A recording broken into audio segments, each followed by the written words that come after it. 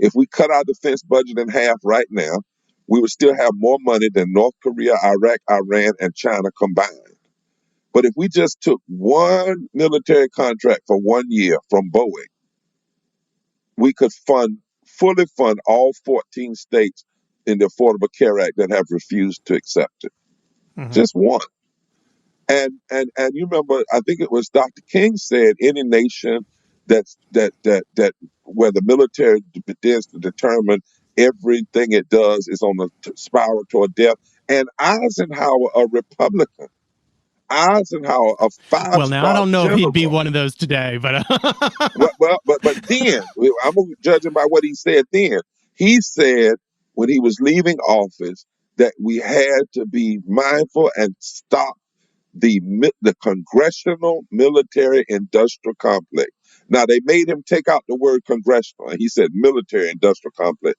But his original was the congressional military industrial complex. So going back to your thing, you have to do your audit. So facts when are you speak stubborn with things. facts, you have facts.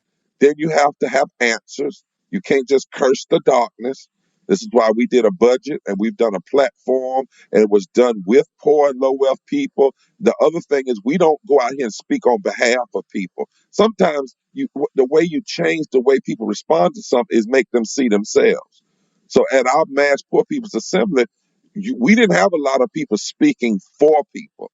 We let people speak for themselves, tell their story, and then make their demand. And that's what a lot of people have said to us, even people who didn't agree at first said, wait a minute, that looks like me. That looks like my cousin. We said, that's the point.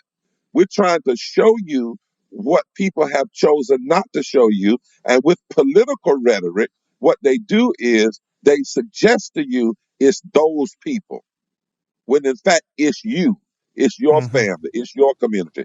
And then, the last thing is, a good dose of the way we do the moral language. We either use the moral language of our deepest religious values, but because our movement recognizes people who are not of faith, we also use the moral language of the Constitution. And plus, we would use it even if we were just people of faith only. But one thing that does, Clay, is when people come to us and say, we want to talk about you should be focused on just, a woman's right to not shouldn't have the right to choose, and she should be focused on being against gay people. One of the things I often do, I have done it, is I'll hand somebody a Bible and say, show me all the scriptures that talk about that. Because I've already got all the scriptures that talk about how we treat the poor and the least in my Bible, already marked. Mhm. And they might come up with two, and then they misinterpret both of those. Or I might say, well, now, okay, you said we ought to be focused on what? Guns? Okay, oh, really? I Okay. don't think those Let's are in there. let's read the Constitution. Now let's read it all the way through. Let's read. I mean, I know where the Second Amendment came from. That's a whole nother story, because that was one of those compromises that the South may put in there so that they could have slave patrols. It had nothing to do with the things people claim it has to do with today about everybody owning a gun. But be that as it may, so let's go through our founding principles: establishing justice, providing for the common defense, promoting the general welfare, ensuring domestic tranquility, equal protection under the law. What what what does that have? Those little few things you talk about, what does that have to do with these big items?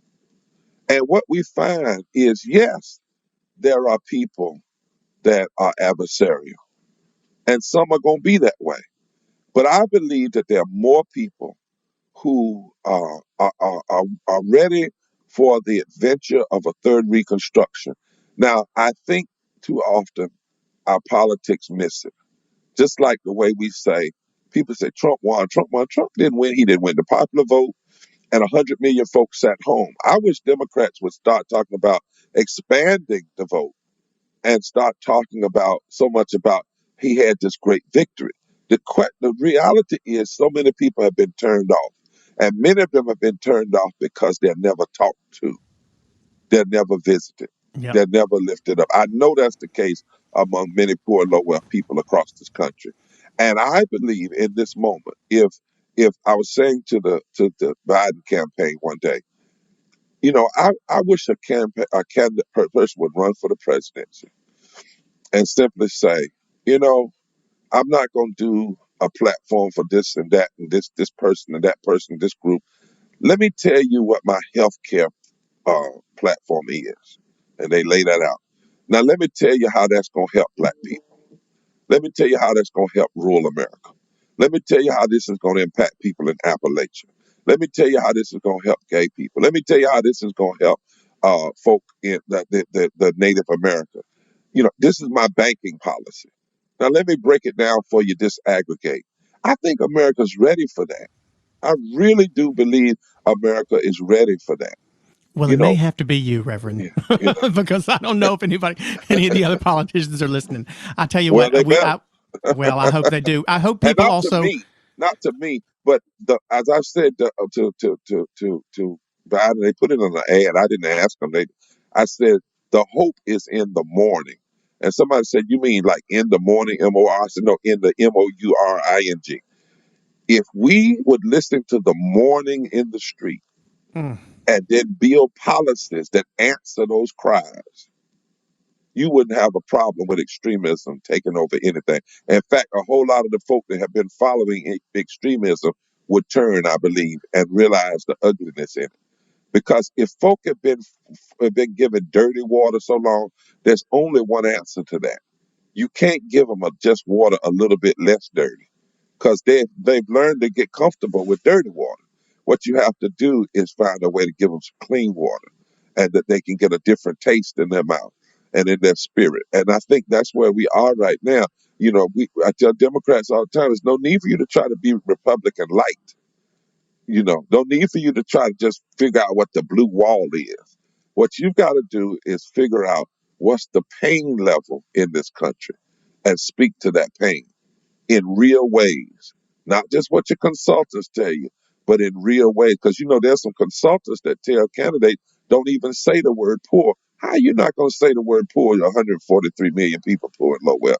To me, that doesn't make any sense at all. It's a recipe for political disaster. Instead, we have to speak to the whole of this country. The whole of this country. It's just like if people think folk were just in the street because of what happened to George Floyd, they're sadly mistaken. George Floyd right. was the spark, but people are in the street because they feel like they're being suffocated. People are dying from COVID, 60, 70% that didn't have to die.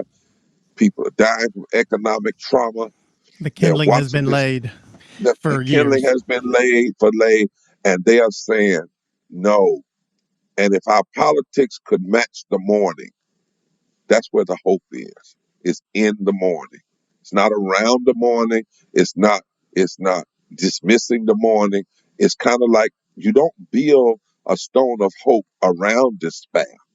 You build a stone of hope out of the mountain of despair. Hey, I'm Clay Aiken. To hear the full episode, subscribe to This Politicon podcast on the iHeartRadio app, Apple Podcasts, Spotify, Stitcher, Google Podcasts, or wherever you listen to pods.